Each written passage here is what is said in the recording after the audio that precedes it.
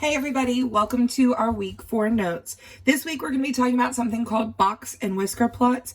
They're also called box plots. So if you see anywhere in your work that it says box plots instead of box and whisker plots, it means the same thing. All right, so I know box and whisker plots are totally new. We're going to work with something called a 5-number summary, and that's going to help us. We're going to create box and whisker plots using that 5-number summary, and then we're going to analyze ones that are already made for us using that 5-number summary. All right, so the 5-number summary consists of 5 different parts. The first part is called our lower extreme. That's going to be the smallest number in the set. Second one is called our lower quartile. That is going to be, when organized from least to greatest, the middle number in the bottom half of the list. We'll talk more about what that means in a minute. The median, you've already found the median for many, many years now, so you should know what that is. It's when you organize the numbers from least to greatest. It's the middle number in the set. Upper quartile is just like the lower quartile. It is the middle number in the top half of the list. Again, we'll talk more about quartiles in a minute. Upper extreme, that is just your largest number in the set. So to draw a box and whisker, you're going to put a dot at each of these five numbers, and then we'll connect them in a special way, which we'll talk about in just a minute. All right, so let's go ahead and jump right on into it and start with our first problem. It asks us to create a box and whisker plot that reflects miles per gallon. So here is our list. The first step we're going to do is we are going to organize our numbers from least to greatest. The way that I like to do that is I like to start thinking about my single digit numbers, because I see all of these are double digit numbers. There are no single digit numbers, so I'm going to go ahead and start with tens. In that category of tens, I have 18, 19, 13, and 12, and 17. So I'm going to start at the top and write 12, 13, 17, 18, and 19. And I'm going to go back and cross them off to ensure that there weren't any doubles or any numbers that I missed. Now I'm going to go ahead and worry about those numbers in the 20s. I've got 24, 22, 20, 25, and 28. So I'm going to write 20, 22, 24, 25, and 28. Again, crossing them off as I go to make sure I don't list anything twice that's not, or I don't forget anything. All right, and then we're going to worry about our last few numbers. We've got 30 and 34. One little tip that I like to do just to make sure I did it correctly, I like to count the number of items in the original set. 1, 2, 3, 4, 5, 6, 7, 8, 9, 10, 11, 12, and then count my list to make sure I have 12 items. 1, 2, 3, 4, 5, 6, 7, 8, 9, 10, 11, 12. If you have the same number there, you should have the same list written off to the side. All right, so first we're going to find our lower and upper extremes. Again, remember those are those first, so the smallest number, that's called our lower extreme, and our upper extreme is that highest number. So now that I know my lower and my upper extreme, now I'm going to find the median or the middle number. Excuse me. So I'm going to kind of do one of these where I cross one off the top, cross one off the bottom, cross, cross, cross, cross, one top, one bottom. And now if you notice, I end up right between 20 and 22. So that's going to be my median. And it's going to be what number is between 20 and 22? 21. So now I know my lower extreme, my upper extreme, and my median. To find my quartiles, I've just cut my list into 2 parts. I have the top half and the bottom half. I'm going to do exactly like I did to find the median, but only with the top half. So now I'm going to cross one off the top, cross one off the bottom. Top, bottom, and again, I find right in between 17 and 18 is my lower quartile. The number between 17 and 18 is going to be 17.5. Sometimes you might have a decimal like that. You might have to figure out that decimal. If you don't know, like you didn't see 17 and a half, or maybe the numbers are a little bit bigger, what we can do is we can take those 2 numbers, 17 plus 18, add them together, and then divide by the 2 elements in that set, and it's going to tell us our quartile or our median. Okay? So again, we can do that with the bottom. Cross one off, cross one off, cross one off, cross one off. And then again, I end up between 25 and 28. The number between 25 and 28, I don't know off the top of my head, so I'm going to have to go 25 plus 28 and I'm going to get 53. Divide that by 2, and I get 26.5. So my upper quartile is at 26.5. All right, so now that I found my 5 numbers, I'm going to go ahead and copy them onto this little box. So my lower extreme we figured out was 12. My lower quartile we said was 17.5. My median was 21. Upper quartile was 26.5. And then my upper extreme was that 34. Now that I have those 4 numbers, I really don't need this list anymore, and I don't need that list anymore. We're only working with those 5 basic numbers. All right, so what I'm going to go ahead and do is I'm going to start counting down here at the bottom, and I'm going to start with the number 10. And then in my head, because I don't have room to write them all, I'm going to count. So I'm going to go 10, 12, 14. I will write 14. I'm going to skip 16 and write 18. That way my numbers are a little bit more spread out and they're easier to read. Skip 20 and I'm going to write 22. Skip 24, 26. Skip 28 and 30. Skip 32, 34. 36, 38. And since my highest point is 34, I don't need to go any further. I like to go just a little bit higher and a little bit lower than my 2 extreme data points. All right, so my lower extreme is at 12. We're going to put a dot right here at 12. Notice how I put the dot just above the line with a little bit of space. We'll talk about what to do with that in a minute. Next, we're going to go to our lower quartile of 17.5. Now, there isn't a really exact science to where to put it, just as long as it's just shy of 18. So I'm going to put a dot just shy of 18. For your lower quartile, we're going to actually draw not just a dot, but a whole line. That's going to be the first line of our box. Next, we're going to draw our median. Our median is going to be at 21. Again, we're going to go between 20 and 22. So we're going to put another straight line for our median at 20. Now, if you want to, you don't have to do this, but you can write those numbers right above. I've done that before just to keep myself straight. You absolutely don't have to. It's just an option to keep you straight.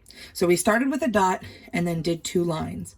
The next is going to be our upper quartile. That upper quartile is going to be another line. So we're going to go to 26 and then go just a little bit further for a half and put another line. We're going to write 26.5.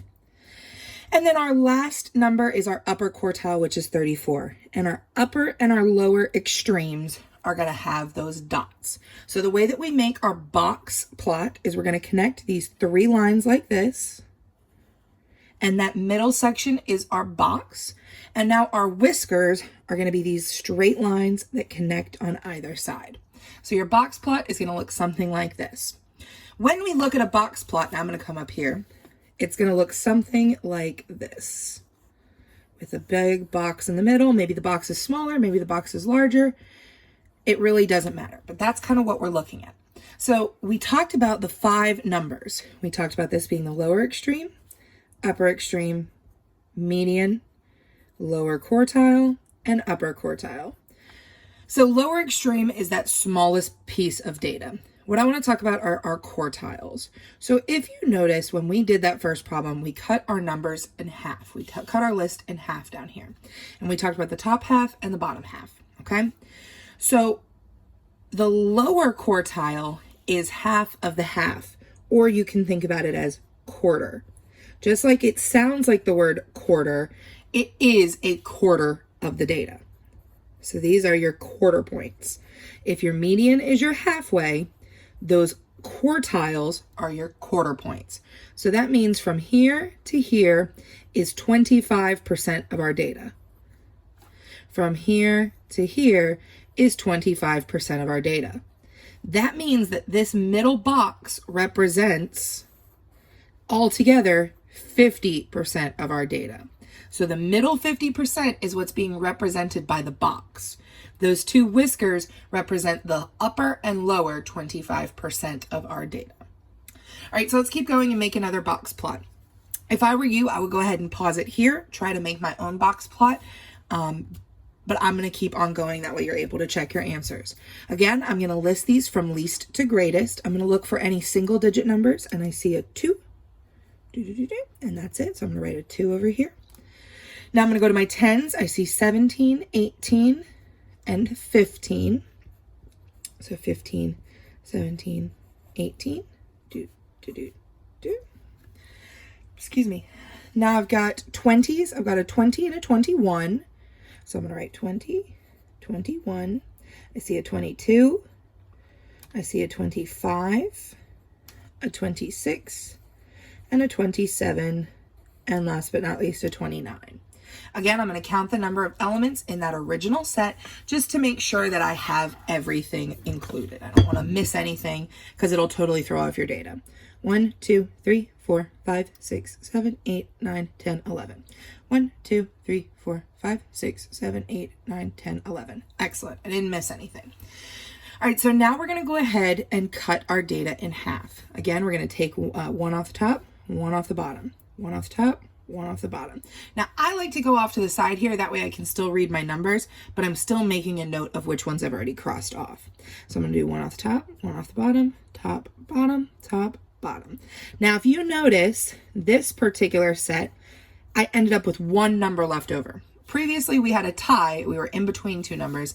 This one, we have our median. So what's special about when we actually have a number as our median, it can't be counted in the top or the bottom. It doesn't get counted at all. We've already called it the median, so we're not going to use it when calculating the top and the bottom. All right, so now let's do our lower quartiles. We're going to take one off the top, one off the bottom, one off the top, one off the bottom, and now we have a lower quartile of 17. Notice there were no ties because we didn't include 21. We also have our lower extreme, which would be that 2. Now I'm going to go ahead and do the bottom. One off the top, one off the bottom, top, bottom. And I've got my upper quartile at 26 and my upper extreme at 29. Now I'm going to go ahead and fill in that data, my lower extreme being 2, 17, 21, 26, and 29. Now, of course, I don't need this these points anymore. All I need are those 5 numbers in our 5-number summary. So we know we're going from 2 to 30. So I'm going to start down here at 0, 2, 4, 6, 8, 10. Again, I'm running out of room. If you see, they kind of squish together. So I'm going to go back to like what I was doing over here. Skip 1 and go 14. Skip 1, 18. Skip 1, 22. Skip 1, 26. I'm still using that count by twos method. Excuse me. I'm still counting by twos, but I'm just spreading out the numbers so that way I can read them a little better. All right, so now we're going to go ahead and talk about our lower extreme. Our lower extreme was at 2. So again, we're going to put just a dot for our lower extreme. We're going to go to our lower quartile at 17, which is going to be, again, just shy of 18. And we're going to draw a nice little line. Then we're going to go to our median at 21. So I'm going to go right over here between 20, almost at 22. And then I'm going to go to our upper quartile at 26. And again, I'm going to connect those lines. And then 29 for our upper extreme. All right, so I've got my 2 box and whisker plots now. Again, you can write those numbers at the top, but you don't have to.